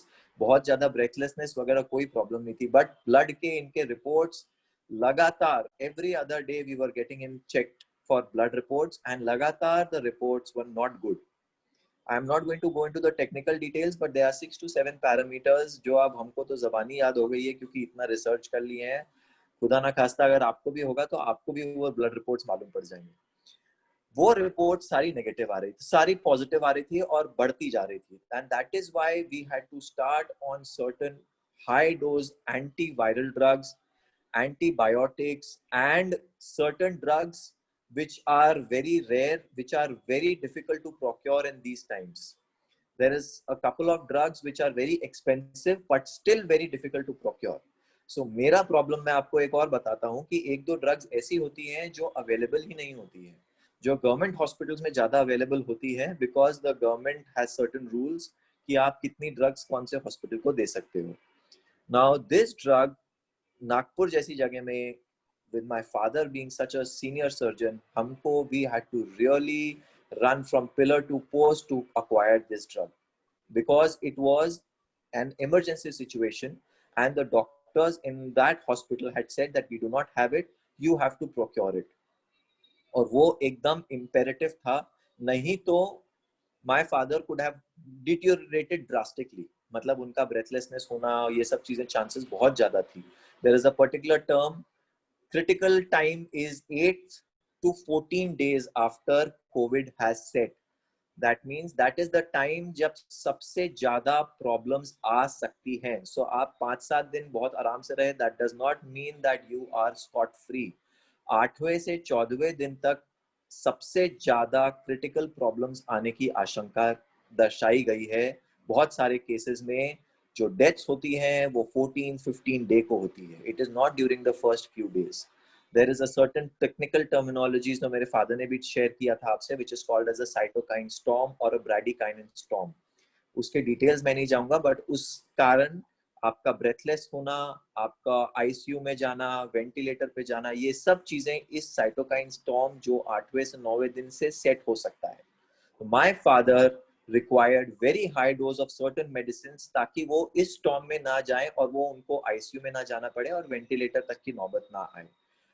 Fortunately, we could procure that drug with great difficulty. So that you have to keep in mind कि अगर आपको उस drug को procure करने की जरूरत पड़े तो आपको उसके लिए तैयार रहना पड़ेगा. आपको आपके contacts use करने पड़ सकते हैं गवर्नमेंट में, सेमी गवर्नमेंट में, हॉस्पिटल्स में, क्योंकि वो अवेलेबल ही नहीं है. मतलब इट इज नॉट लाइक कि आप पैसा दे दो, आपके पास अवेलेबल ही नहीं है पूरे सिटी में, तो आप कहाँ से लाओगे. And intercity transfer of that drug is not possible except the dealers can do it. मतलब ये नहीं कि मेरे पास जयपुर में नहीं है तो मैं दिल्ली से वो मंगवा लूं, नॉट पॉसिबल. जब तक वो प्रिस्क्रिप्शन नहीं होगा और दिल्ली के डॉक्टर का, और दिल्ली का डॉक्टर प्रिस्क्रिप्शन कोई जयपुर के पेशेंट को नहीं देगा, it is not allowed, because there are certain municipal corporation rules and there are certain governmental rules for these particular drugs. वो सब ड्रग्स भी दी गई उनको, और उसके बाद में we fortunately could prevent that storm from happening to my father, and slowly he came out of it. But still, even after discharge, I will share an experience कि when my father came back, 7 days he did not have a bath because IV वगैरह चल रहा था. तो as soon as you come back from a hospital, you would want to have a bath. He went to take a bath, 10 minutes बाहर आए, and for 1 hour he had to lie down because the weakness was so immense. So COVID एक ऐसी चीज है जो आपके पूरे body को निचोड़ देती है. मतलब इतनी ज्यादा वीकनेस होती है कि आपको नहाना, शेव करना भी, जो नॉर्मल रोजमर्रा की चीजें हैं, वो इतनी ज्यादा आपको निचोड़ देती हैं कि आपको 1-1 घंटा सोने की जरूरत पड़ती है. So it is imperative, please mark my words, it is imperative to take adequate rest. अगर किसी को खुदा ना खास्ता आपको कोविड होता है या कोई सिम्टम्स होते हैं, it is imperative, as told by COVID specialists also, to take adequate, more than adequate rest, eat food which is immunity boosting, and sleep. Don't talk on the phone. जितना आप rest ले सकोगे body को रिकूपरेशन के लिए, उतना ही time मिलेगा. Any other question? I have taken my 10 minutes. Thank you very much, Akshay. Thank you very much. Now I have a certain questions coming from people. So Dr. Bharat Ratturi has a question. What is your opinion about iodine, betadine goggles? Akshay, can you say something about it? Yes. In COVID, so basically betadine is an antiseptic or an antibiotic gargle. Now यहाँ पर आपके virus को वो कुछ नहीं करेगा. It might clear the flora and मतलब जो आपका बैक्टीरिया को कवर कर सकता है, आपके वायरल लोड को कम कर सकता है. उससे ज्यादा better option is warm saline gargle. आप बीटाडीन गागल दिन में 1 या 2 बार करिए, बट अगर आप वार्म सलाइन मतलब कुनकुना पानी जिसमें 1 चिमटी आप नमक डालिए, उसका कुल्ला करना, उसके गरारे करना is far more beneficial than simple betadine gargle. So what I would suggest is कि अगर आप दिन में 3-4 बार कुनकुने पानी का 1 चिमटी नमक डाल के कुल्ला कर सकते हैं और 1 या 2 बार बीटाडीन का गागल कर सकते हैं, that is the ideal solution. एक क्वेश्चन है कि जब कोविड पॉजिटिव घर में कोई हो जाए और सपोज करिए जो पॉजिटिव हुआ है वो ड्राइव करता था, वो तो ड्राइव कर नहीं पाएंगे, और साथ में उनका सन है या उनका ब्रदर है जो कि कोविड नेगेटिव है, उनको हॉस्पिटल ले जाना है, तो इसमें ऐसे में क्या करें? जो कोविड नेगेटिव है वही लेके जाएगा, तो क्या करना चाहिए उसको? Can I know the answer from Akshay? Akshay आप बताएंगे इसका? अक्षय को आपको कभी मोहित unmute yourself, Akshay. Yes, now I can.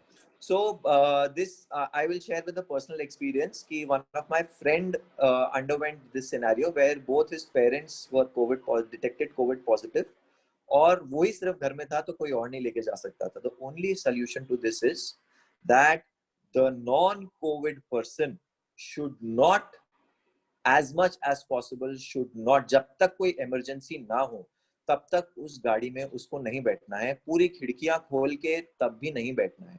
The solution to this is by all municipal corporations. सब जगह वो नंबर दिया हुआ है, जैसे नागपुर में भी दिया है. There is an emergency number. You have to call for an ambulance. The ambulances are very expensive because they have to take all precautions. They have to sanitize before and after. I will give you an example. My friend had to call for an ambulance. 2 kilometre दूर वो hospital था. उस चीज का उनको 6,000 rupees charge किया गया था. But that is money well spent. Please remember, till the time it is an emergency life and death situation, no non-COVID patient should be sitting in the same car with a COVID patient. So viewers, it's very very important. इस question का answer actually मुझे खुद को भी चाहिए था, क्योंकि अभी कुछ 2 दिन पहले ही एक ऐसा ही हादसा हुआ जिसके अंदर फादर बहुत सीरियस हो गए और सन था वहां पर और कोई था नहीं. And he asked me this question कि मैं क्या करूं इनको ले जाने के अलावा, क्योंकि इनका ऑक्सीजन सैचुरेशन गिरते जा रहा है और एम्बुलेंस के लिए उसने कम से कम 5 जगह फोन किया, कहीं से भी एम्बुलेंस आने को तैयार नहीं रही. तो ऐसी स्थिति में he with the mask N95 and all the support he had to go, और अनफॉर्चुनेटली उसको जाना पड़ा और वो पॉजिटिव हो गया.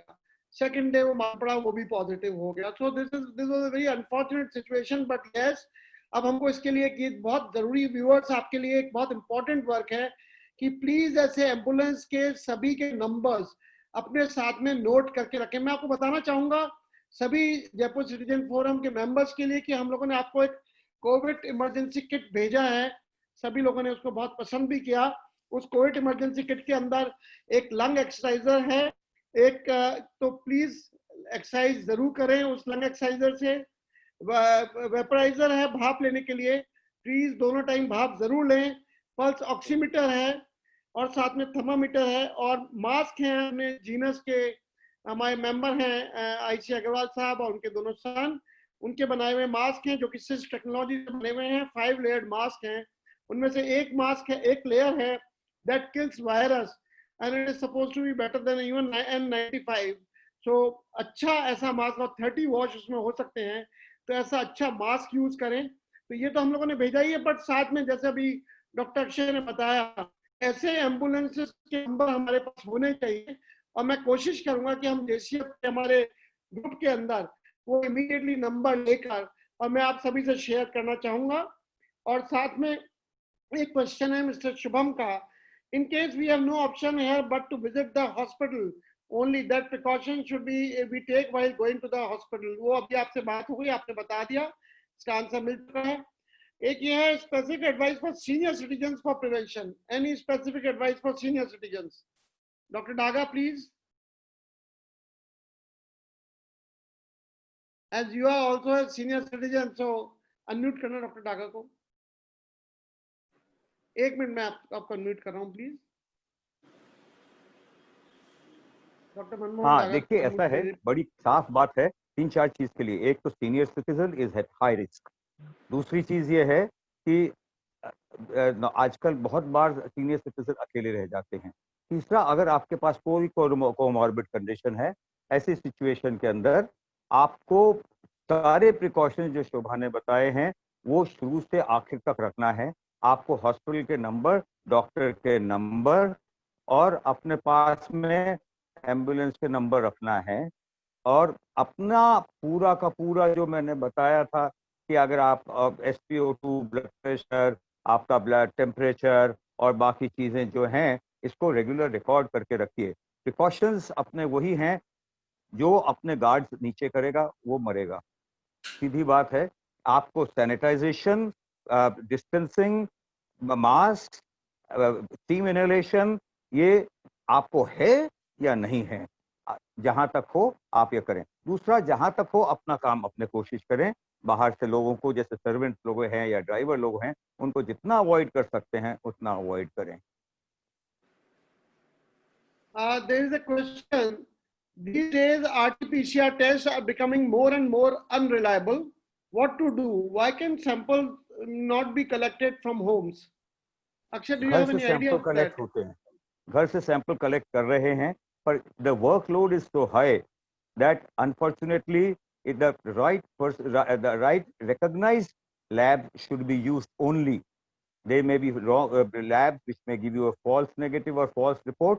Use people come at home, request them that please in front of me change to a fresh PPE kit, so that if suppose I am negative, I should not be positive, and then take the sample.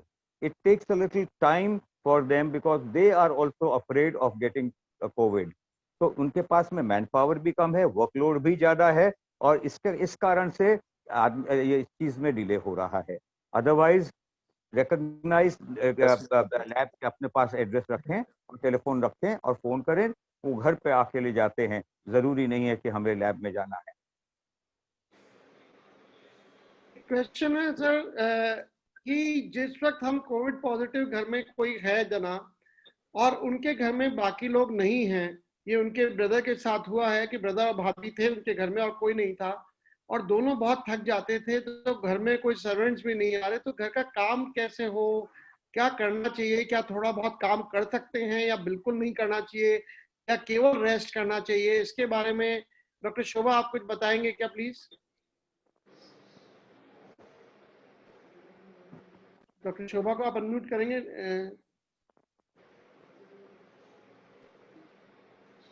Doctor शोभा आप बताएंगे क्या करें ऐसे के अंदर? दोनों husband wife positive हैं and कोई और नहीं है घर में काम करने वाला, तो एक तो आप मिनिमम काम रखिए, जितना हो सकता है उतना ही करिए। और अगर आपका कोई क्लोज फ्रेंड है या कोई बहुत ही करीबी का दोस्त है जो आपके लिए खाना बना के ला सकता है, तो वो घर के बाहर छोड़ जाए, आप अंदर ले लीजिए। आजू बाजू के लोग हमेशा तैयार रहते हैं आपको मदद करने के लिए, तो अगर जो आपकी बेसिक नेसेसिटीज हैं वो बाहर रख देंगे, आप उनको अंदर ले लीजिए। और खाना भी अगर कोई बना के ला सकता है, इफ यू आर अनवेल, आप नहीं बना सकते हैं, तो वो खाना बना के आपका बाहर रख देंगे, आप अंदर ले लीजिए। और अगर आप कर सकते हैं तो बेसिक खाना, ये एक सब्जी है, चावल दाल है, अगर आप कोई आपको मदद करने वाला नहीं है तो। और अगर है तो मेरे को नहीं लगता कोई नेबर्स या कोई रिश्तेदार या कोई भी नहीं होगा। और आप बहुत फ्रूट्स लीजिए जो इजीली अवेलेबल है, उनको फ्रूट्स को आप ले सकते हैं, उससे पेट, दूध, दही, पनीर, ये सब बहुत अच्छा है जो इजीली अवेलेबल, ड्राई फ्रूट्स वो आप अपने आप खा सकते हैं। तो और घर में अगर आप दोनों ही हैं तो इतना गंदा नहीं होता है, हाइपोक्लोराइड से मॉप कर दीजिए अपना, 2-3 दिन में भी एक बार करेंगे तो चलेगा। One more question is, can we take injection Influenec tetravalent vaccine and injection Pneumoroc 23 to avoid serious infection after COVID positive? Is it good and safe to take? I think it's better to take the doctor's advice in which situation you are. I think, what do you say, Akshay? I think it's better to take doctor's advice. So I have seen a lot of questions asking about particular medicines in the question and answer forum. For all the viewers, I would sincerely and seriously recommend, we are not COVID specialists. We are sharing our experience here. One. Second, you should be, your comorbid conditions, your age, everyone is a different individual. You should be consulting your physician because everybody's requirement is different. So there is no one single rule कि सबको ये करना चाहिए और सबको ये करना नहीं चाहिए. सबका पैरामीटर अलग है. आपको अपने सिंपल जो फिजिशियन है, अगर वो कोविड स्पेशलिस्ट नहीं भी हो, जो आपके शरीर को और आपको जानते हैं, आपके मेडिकल हिस्ट्री को जानते हैं, वो ज्यादा आपको अच्छे और सही सलाह दे पाएंगे. नॉर्मली नॉर्मली इसमें ऐसा होता है कि ये चीज नॉर्मली ली जाती है. जैसे specially senior citizen, everybody above 50-55, एक एंटी फ्लू वैक्सीन है और एक निमोनिया की वैक्सीन है. ये अपने को नॉर्मल में भी लेना चाहिए, जिससे कि अपनी इन सब के प्रति एंटीबॉडी डेवलप होती है. क्योंकि उस समय जब कोविड होता है तो अपना रेजिस्टेंस एकदम कम हो जाता है और ये सेकेंडरी इन्फेक्शन आपको लग सकते हैं. तो एक नॉर्मल इंडिविजुअल को भी लेना चाहिए anti flu vaccine as well as anti ये निमोनिया वाली लेटेस्ट नंबर ऑफ ये इसको लेना चाहिए. एक क्वेश्चन है भरतराज गोयन का, should we buy the medicines which are difficult to obtain beforehand and store them? What do you say, Akshay? So मैं आपको एक पर्टिकुलर मेडिसिन जिसका हमें प्रॉब्लम हुआ और हमें एक्सपीरियंस हुआ, उसका नाम है टोकिलिजुमाब करके. The name is not important, the problem is important. ये प्रिस्क्रिप्शन पे ही मिलती है, तो आप उसको स्टोर करके नहीं रख सकते, क्योंकि कोई भी कोविड स्पेशलिस्ट इसको जब तक उनके कोई पेशेंट का उस कंडीशन में नहीं आते हैं, वो पैरामीटर्स नहीं आते, तब तक वो कोई भी कोविड स्पेशलिस्ट इस दवाई को प्रिस्क्राइब नहीं करेगा. इस दवाई को प्रिस्क्राइब करने के बाद में भी आप इसका प्रिस्क्रिप्शन लेके कोई फार्मेसी के पास जाके दवाई नहीं ले सकते. मतलब आप दुकान पे जाके वो प्रिस्क्रिप्शन जैसे दिखाएं और वो आपको वो दवाई दे दें, वो टोकिलिजुमाब, वो नहीं होता है. आपके पास प्रिस्क्रिप्शन आने के बावजूद वो डीलर डायरेक्टली उस हॉस्पिटल को ही सप्लाई करेगा जहां पर वो पेशेंट एडमिट है. There are certain rules because ये ड्रग बहुत ज़्यादा रेयर है और इसकी प्रोडक्शन कम है, इसलिए गवर्नमेंट ने ये रूल्स बनाए जो मुझे अभी भी पता चले हैं. मुझे भी पहले नहीं पता चलते. जब तक आप भुक्तभोगी ना हो तब तक आपको ये सब चीज़ें पता नहीं चलती हैं. तो गवर्नमेंट ने ये रूल्स बनाए हैं. तो हमको भी जब ये प्रोक्योर करना था, जैसे मैं आपको छोटा सा 1-2 मिनट का एक्सपीरियंस बताता हूँ कि मुझे जब प्रोक्योर करना था तो नागपुर भर में कहीं अवेलेबल नहीं था. So we had to speak to the dean of a government medical college. उनके कंसेंट से और मेरे जो पापा के फिजिशियन थे उनके प्रिस्क्रिप्शन से रिक्वेस्ट करके, अगर उनके पास अवेलेबल है तो वो डायरेक्शन दे सकते हैं उस मेडिकल कॉलेज के फार्मेसी को कि आपको ये मेडिसिन उनको अवेलेबल करानी है, तब जाके वो मेडिसिन अवेलेबल होती है. So we can not keep it, store it, because the government wants to avoid this kind of hoarding. नहीं तो सारे रईस लोग होर्ड करके रख लेंगे तो गरीबों का प्रॉब्लम हो जाएगा. So the government has made certain rules कि this medicine cannot be hoarded, cannot be held, maximum for 12 to 24 hours.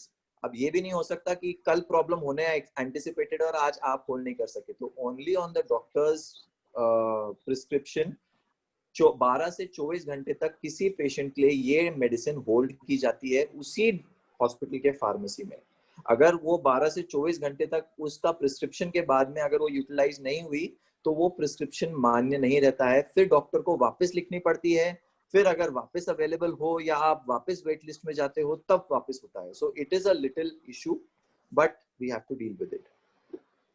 एक बहुत इम्पोर्टेंट क्वेश्चन यहाँ पे है जो कि हमारे यहाँ पे आपको मैं बताऊं डॉक्टर साहब कि बहुत सारे लोग हैं जो पॉजिटिव होने के बाद में अभी घरों पे हैं, और हमारे इस ग्रुप के अंदर मेरे ख्याल से कम से कम ये 12-13 लोगों ने क्वेश्चन किया है. उनका ये क्वेश्चन है कि आज हमको नेगेटिव हुए. पहला क्वेश्चन ये है कि जब आपको 14-15 दिन हो गए तो कोविड टेस्ट कब करवाना चाहिए, नंबर 1 क्वेश्चन नेगेटिव होने का पता करने के लिए. नंबर 2 क्वेश्चन, तो पहले इस क्वेश्चन का सर जवाब दे दें. दूसरा क्वेश्चन उनका सबका ये है कि हमको हमारे बैक टू वर्क या बैक टू काम पे हमको कब जा सकते हैं. कई लोग ऐसे हैं जिनके जॉब्स हैं, वो लोग को काम पे जाना होता है. कई लोग ऐसे हैं जो कि घर में वर्क फ्रॉम होम कर रहे हैं, उनको काम करना होता है. कई लोग ऐसे हैं जो कि घर में अकेले हैं, उनको घर का काम करना होता है. तो ऐसे सभी लोग जो कोविड नेगेटिव आ चुके हैं उनको नेगेटिव टेस्ट करवाने के लिए कितना टाइम में करवाना चाहिए. डॉक्टर डागा, आप बताना चाहेंगे प्लीज? हाँ, देखिए ऐसा है, the period is between 10 to 14 days। आप दो चीजें आपको यहाँ पे बता दूं, जो एसिम्प्टोमेटिक भी है परंतु जिसको क्वारंटाइन किया है, ये समझिए कि आपको हॉस्पिटल, घर आपका हॉस्पिटल है, आप 10 दिन बाहर नहीं जा सकते, 10 से 14 दिन।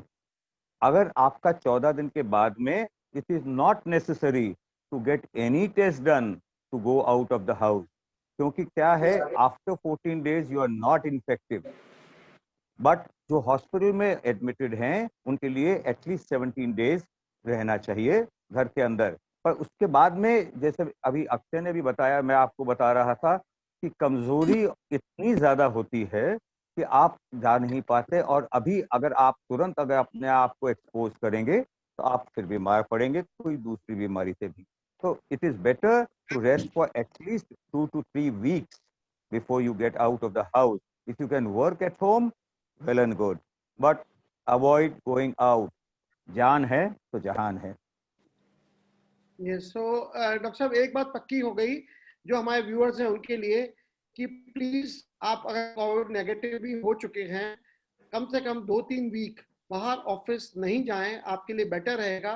बिकॉज डॉक्टर साहब, एक एक्सपीरियंस था, वो भी यहाँ पे व्यूअर हैं, one of our very known family friend, कि जिनको कोविड नेगेटिव आ गया था 16th डे पे, उसके बाद उन्होंने काम करना शुरू कर दिया, और 21st day she had a severe headache, and then next day the doctor advised her to go and take get the test again, and she became COVID positive again. And that was means like she was like after that she had a lot of problem. So ऐसे ही भी cases हुए हैं। तो बस आप सभी से ये रिक्वेस्ट है कि प्लीज काम हम 20 से 25 दिन बाद भी कर सकते हैं, जैसे डॉक्टर साहब ने कहा, जान है तो जहां है। एक और क्वेश्चन है डॉक्टर साहब। इसमें एट दिस जंक्चर एक जगह एक आई जस्ट टेक 1 minute। इसमें दो चीजें हैं, एक RT-PCR का भी 70% पॉजिटिव, ये अपना सेंसिटिव एंड ये रहता है, और बाद में 30% नेगेटिव आ सकता है। तो that may be a false negative test, one. Secondly, reinfection corona का बहुत रेयर है, स्पेशली अगर आपको पहले एक बार हो चुका है तो आपके शरीर के अंदर एंटीबॉडीज इतनी बन जाती हैं कि री इन्फेक्शन नहीं है।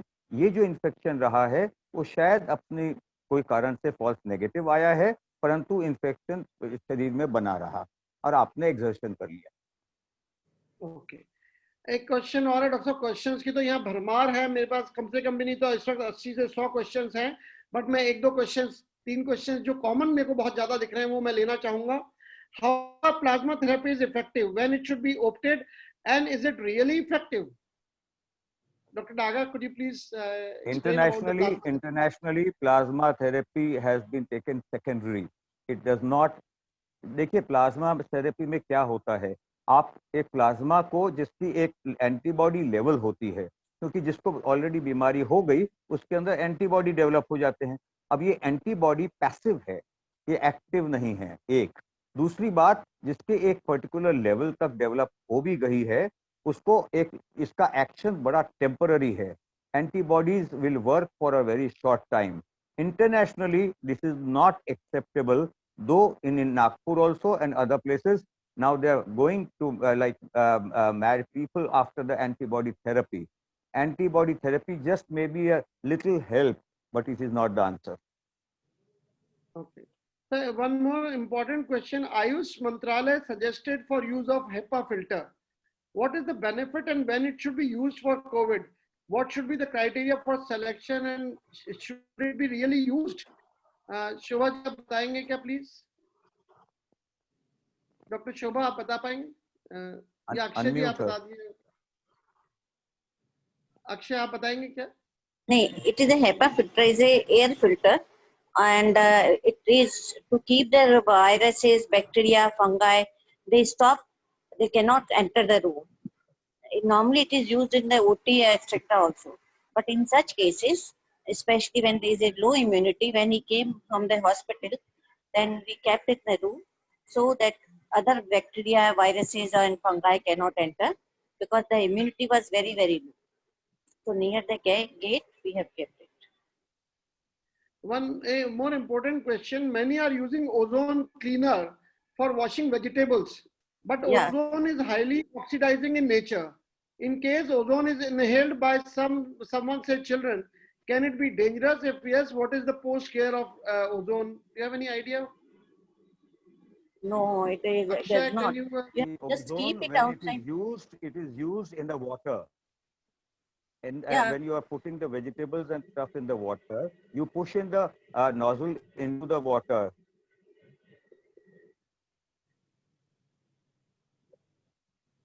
So I think it is 9:21, and people must be, getting wanted to go back to home. So I think we have got enough questions. Thank you very much, Dr. Daga, Dr. Shobha, and Dr. Akshay for your support. And we really got a lot of answers, a lot of questions were there, and I think we have covered almost all questions. Yes, in number, there are almost 86 questions are still pending. But I'll be sending those questions. There is some special question, I'll be sending it to you. Otherwise, we got almost all the answers here. And thanks a lot for that. And this was really beneficial for us. I'm sure all the JCF members and all our friends and guests who are here. And at one time, we had almost 225 people listening to this seminar, this workshop. And this is really wonderful. Thanks a lot. Thank you very much. Thanks a lot, the complete family. Thank you very much. Thank you.